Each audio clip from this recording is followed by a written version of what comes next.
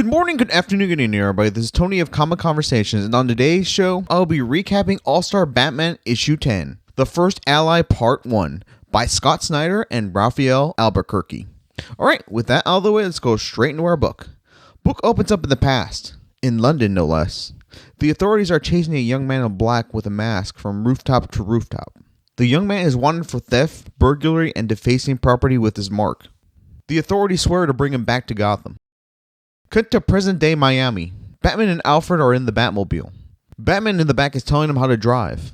He tells Alfred not to be afraid, the car can take it. Just make sure Hush doesn't get away, he says. Hush gets the idea to fly over a stadium. He won't be able to follow him, he says to his pilot. Alfred points out there's no way to keep up while driving around the stadium. It's then that Bruce points out, then don't drive around. It's the beginning of a baseball game. They're singing the national anthem. The Gotham Knights are playing an away game, and it's Batman Day. What are the odds? Hush flies over the stadium. It's then that we see the Batmobile pull up inside the stadium to make chase. Bruce has always had a flair for theatrics. Alfred likes to think he gets it from him. The crowd goes berserk for Batman. Batman screams at Alfred to fire. Alfred fears for Bruce's life, but Batman says, "Now, damn it." He presses the button and sends Batman flying from the Batmobile to the helicopter. Batman and Alfred are in Miami because of the rumors of something being smuggled into the city. Thomas Elliot, Hush, has placed the highest bid. Only problem, Gotham's villains have never been allowed to bid in the city's underworld. So he did so by impersonating Bruce Wayne. Bruce and Alfred have Hush tied down to a table. Thomas isn't scared. He doesn't fear pain and he knows there's lines Bruce won't cross. With nothing seemingly to threaten him with, Bruce offers to make him look like Thomas Elliot. Thomas says he wouldn't.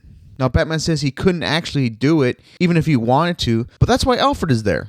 He's a trained military doctor. Batman picked this particular floor of Wayne Hotel because it's soundproof, with high undiluted sound hacking, he says. Tommy talks. Bruce and Alfred stand on the balcony of the room. Bruce tells Alfred of the Genesis engine. It was stolen in Siberia and it's making its way to Miami to be sold to the highest bidder. Alfred is shocked to learn that it's real. Every criminal in the city will be after it, he says. Cut to London in the past again. The officers plead with the young man. Stop before he kills himself, they say. The young man has little fear for his own safety once he believes in the cause. He outruns the police only to be cut off from a bunch of waiting officers. They tell him, listen, the little old butler just wants you to go home to Wayne Manor. We'll forget all about this if you just stop. The young man tells him he's never going back as he hurls himself off the side of a building. Luckily, a bus is there to break his fall. The Genesis engine is being taken to a place called Fort Dexter.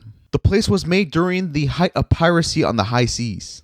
The rumor has it was secretly built by rich buyers as a place for pirates to store their stolen treasure for auction. Over the years, it became a legal storage facility far enough from the coast to avoid taxation. It's rumored to house the greatest stolen artifacts of the world.